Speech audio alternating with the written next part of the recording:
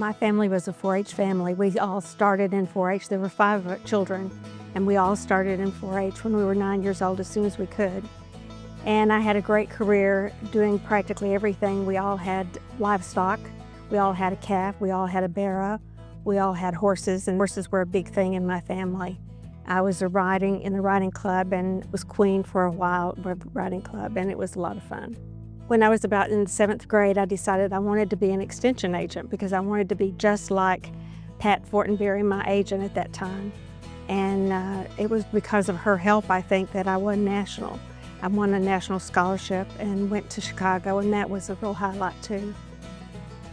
Going to Chicago on the train was a real experience and a lot of fun. And then getting to Chicago, and in the interview, Jim Neighbors was there, and we got to meet Jim Neighbors, and he was a celebrity at the time at 4-H.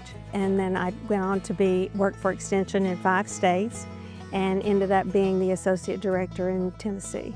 Started out in New Mexico and was in a 2-agent county, which people in Extension will know what that means. So you did everything from adult work to youth work. And then I went to Denver County and did the youth program in Denver County. And that was a real eye-opener in that those children would not have participated if we had not had that program. There was no way.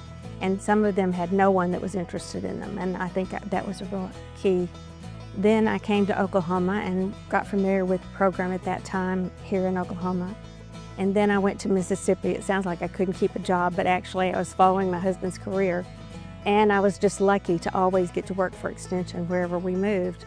And when I went to Mississippi, I was on the state 4-H staff and was real happy there and doing well, I think. And then the home economics leader for Extension came to me and asked me to apply for the home economics job. And I said that I wasn't interested, and she said, well, you should be. And then the other thing that was significant about that appointment is that we recruited a donor who donated $1 million to build a child development center.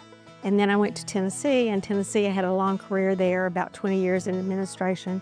One of the things that I did was develop the strategic plan, and we completed that plan. I was there for 10 years plus. Some of the 4-Hers I saw at Roundup last year, and I got to sit with them and talk to them, and that was interesting.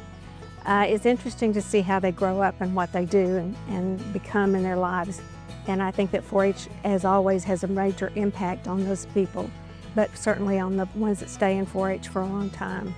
When I moved back to Oklahoma after I retired, I moved to Jenks and then became involved soon thereafter in establishing a scholarship for my parents in their memory. I felt like I wanted to do something in memory of my parents. They were a big influence, as you can imagine. I don't know how they sent 5 children to OSU, how they had the energy before that to do all the things we did in 4-H. And they always had time and money and energy to do all that, and I just don't know how they did it, but I'm grateful that they did because it had a real impact on me. Well, 4-H teaches life skills, decision-making, and the importance of an education and the importance of finding something that you're good at and that you like to do and then doing it well. I think that it's important for 4-Hers to have an interest, someone interested in them, and my experience is that 4-H leaders are that key. Research has shown that if you want to build self-reliant children, you've got to have, someone has got to take an interest in them, and I think that 4-H does that.